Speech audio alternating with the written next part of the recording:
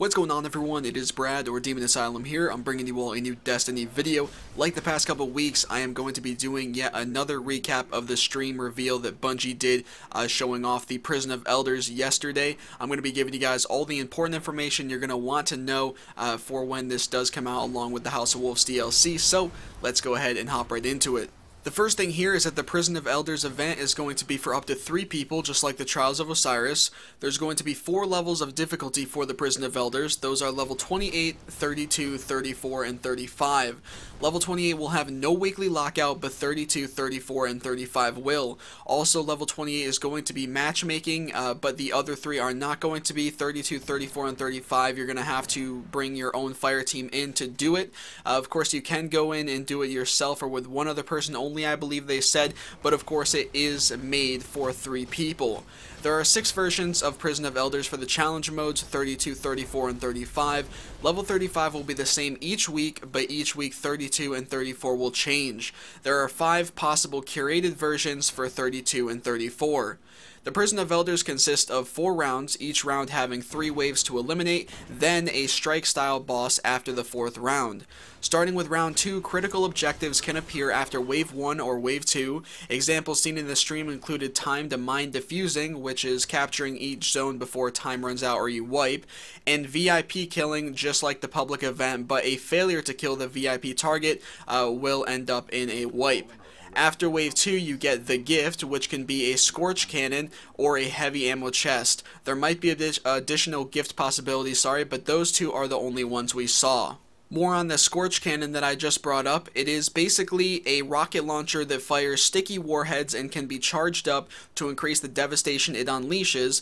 It has limited ammo, so use it wisely, but it does look like it's going to be very useful in the Prison of Elders event.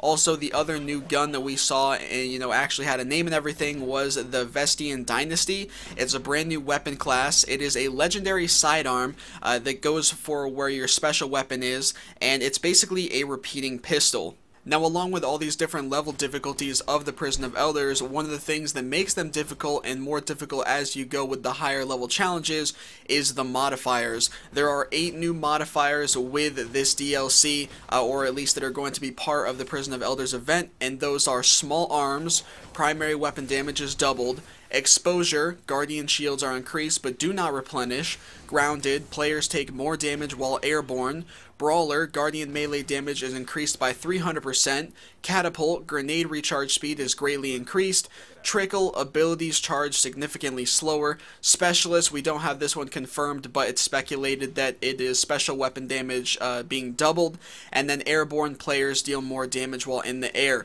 So as you can tell there, out of all those new modifiers, and there is some old ones that are going to be part of it, such as, burn, solar burn, arc burn, void burn, and then light switch and such, but with some of those new modifiers, they're not just things that are going to make it more difficult, some of them will also make it easier for you. Now that we've gone over all the basic information regarding the actual event itself, as well as the difficulties for it, let's get into what people are going to actually be doing these events for, and that is the rewards. So, the general loot gained at the completion of the Prison of Elders events includes Fallen-themed weapons, Queen's armaments, exotic gear, and more. Now, more specifically, with each of these different difficulty events, let's go ahead and see exactly what it says you're going to have either the guarantee of getting or the chance of getting. Those things are starting with the level 28 version of the Prison of Elders, which is match made and is called just Prison of Elders. The rewards are House of Judgment, Reputation. It doesn't give any specific amount.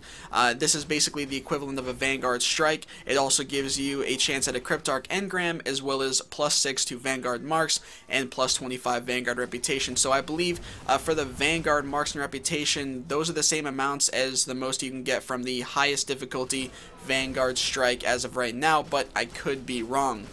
Now on to the next one, the first of the 3, where you have to actually put your own team together to go and do it privately. It is called Broken Legion, the level 32 difficulty.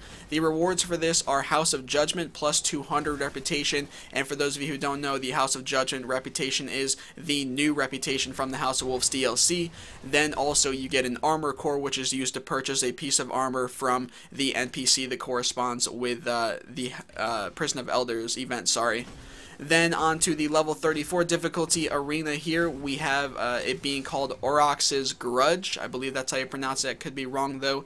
And the rewards for this are 300 House of Judgment reputation, a weapon core, and etheric light. Just like the armor core, the weapon core is used to purchase a weapon from the Prison of Elders NPC, and etheric light, as many of you probably already know, is used to upgrade an old legendary item to the new House of Wolves attack and defense value. So if you have an old legendary weapon that sits at 300 damage maximum, you can use the etheric light to upgrade that to 365 damage, which is going to be the new maximum for the House of Wolves DLC. Then finally we have the most difficult, which is the level 35 difficulty arena, and that is called Skolas's Revenge. The rewards for this are 500 House of Judgment reputation, an armor core, a weapon core, and an etheric light. Now, I'm not sure if you were to do the level 35 version, if it carries over and gives you the rewards for 34 and 32. I don't think that's the case, but I could be completely wrong about that. I'm assuming that it's not the case, as they all have different names, so I'm assuming they're all their own thing.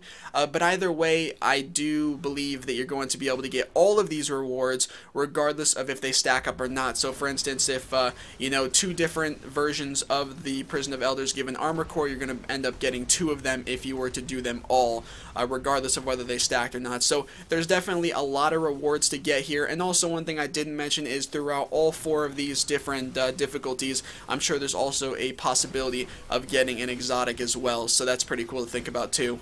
Anyway guys, that's about all the important information we got from Bungie's stream yesterday and otherwise regarding the Prison of Elders event. If you have any questions regarding any of the information I have given throughout this video, or if you guys know something that I missed, go ahead and post any of that stuff in the comment section below and I will be sure to reply to you. That's about it for this video though. I do hope you have enjoyed and or found it informative. If so, please feel free to drop a like on it down below and subscribe for many more Destiny videos to come. Thanks for watching everybody, and peace out.